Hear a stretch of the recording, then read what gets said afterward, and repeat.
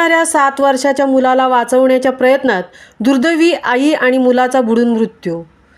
तळ्यात बुडणाऱ्या 7 वर्षाच्या मुलाला वाचवण्याच्या प्रयत्नात दुर्दैवी आई आणि मुलाचा बुडून मृत्यू झाल्याची घटना उरण तालुक्यातील पिरकोण या गावात घडली आहे.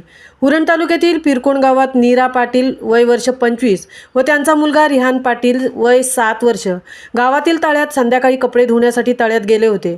आई कपडे धुण्याच्या कामात व्यस्त असताना अचानक रिहानचा पाय पायरीवरून घसरला आणि तळ्यात गाटांगळ्या खाऊ लागला. तो रिहानला बुडताना पाहून वाचवण्यासाठी आईने थेट तळ्यात उडी घेतली. मात्र मुलाला वाचवण्याच्या प्रयत्नात दोघांचाही दुर्दैवाने बुडून मृत्यू झाला.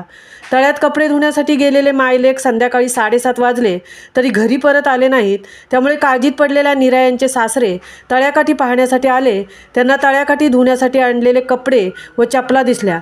मात्र सून नीरा व नातू रिहान काही दिसला नाही. त्यामुळे त्यांनी आजूबाजूला शोध घेतला.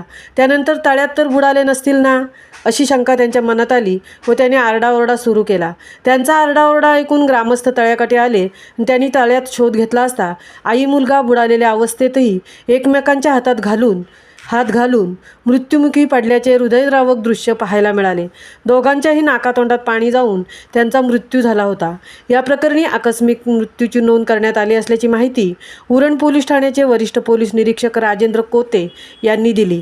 मात्र मायलेकरांचा अशा रीतीने दुर्दैवी अंत झाल्याने परिसरातून हळहळ व्यक्त केली जात आहे. महामुंबईसाठी अनंत नारंगीकर, उरण.